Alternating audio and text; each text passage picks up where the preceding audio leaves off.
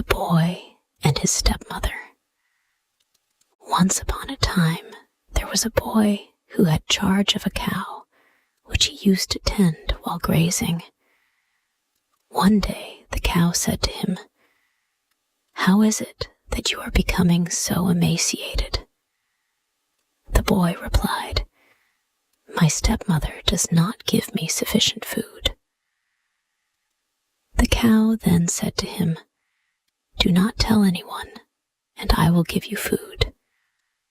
Go to the jungle and get leaves with which to make a plate and cup."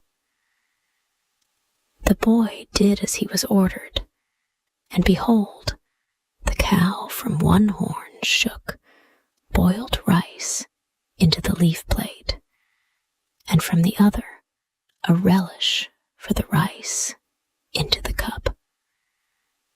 This continued daily for a considerable time, until the boy became sleek and fat.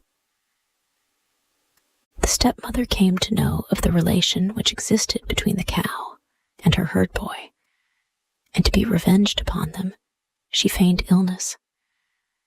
To her attendants, she said, "I cannot possibly live." They asked, "What would make you live?" She replied, "If you kill the cow, I will recover." They said, "If killing the cow will cure you, we will kill it." The boy, hearing that the life of the cow, which supplied him with food, was threatened, ran to her and said, "They are about to kill you." Hearing this, the cow said, "You go and make a rope of rice straw, make some parts thick and some thin, and put it in such a place as they can easily find it. When they are about to kill me, you seize hold of my tail and pull." The next day, they proceeded to make arrangements to kill the cow, and finding the rope prepared by the boy the day before, they tied her with it to a stake. After she was tied, the boy laid hold of her tail and pulled so that the rope by which she was secured was made taut. A man now raised an axe and felled her by a blow on the forehead. As the cow staggered, the rope broke, and she and the boy were borne away on the wind and alighted in an unexplored jungle. From the one cow, other cows sprang, in number equal to a large herd, and from them another large herd was produced.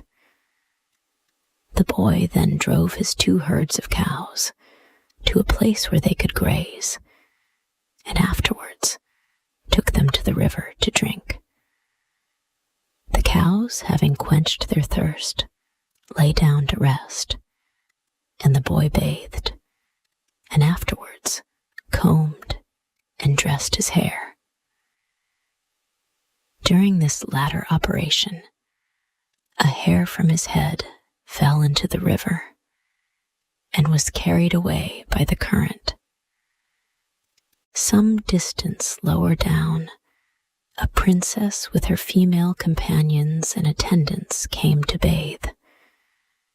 While the princess was in the water, she noticed the hair floating downstream and ordered someone to take it out, which, when done, they measured and found it to be 12 cubits long. The princess, on returning home, went to the king, her father, and showing him the hair she had found in the river, said, "I have made up my mind to marry the man to whom this hair belonged." The king gave his consent and commanded his servants to search for the object of his daughter's affection. They, having received the king's command, went to a certain barber and said to him, You dress the hair and beards of all the men in this part of the country. Tell us where the man with hair 12 cubits long is to be found." The barber, after many days, returned unsuccessful. The king's servants, after a long consultation as to whom they should next apply to, decided upon laying the matter before a tame parrot belonging to the king. Going to the parrot, they said, "Oh, parrot, can you find the man whose hair is 12 cubits long?" The parrot replied, "Yes, I can find him." After flying here and there, the parrot was fortunate enough to find the boy. It was evening, and having driven his 2 herds of cattle into their pen, he had sat down and was employed in dressing his long hair. His flute was hanging on a bush by his side. The parrot sat a while, considering how she might take him to the king's palace. Seeing the flute, the idea was suggested to her that by means of it, she might contrive to lead him where she desired. So taking it up in her beak, she flew forward a little and alighted in a small bush. To regain possession of his flute, the boy followed. But on his approach, the bird flew away and alighted on another bush a short distance ahead. In this way, she continued to lead him by flying from bush to bush, until at length she brought him to the king's palace. He was then brought before his majesty, and his hair measured, and found to be 12 cubits in length. The king then ordered food to be set before him, and after he was refreshed, the betrothal ceremony was performed. As it was now late, they prevailed upon him to pass the night as the guest of the king. Early in the morning he set out, but as he had a long distance to go, the day was far advanced before he reached the place where his cattle were.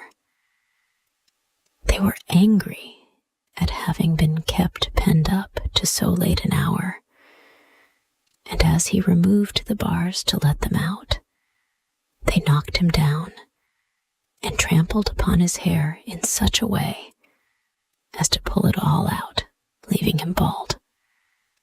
Nothing daunted, he collected his cows and started on his return journey. But us he drove them along. One after another vanished, so that only a few remained when he reached the king's palace. On his arrival, they noticed that he had lost all his hair, and on being questioned, he related to the king all that had fallen him. His hair being gone, the princess refused to marry him, so instead of becoming the king's son-in-law, he became one of his hired servants.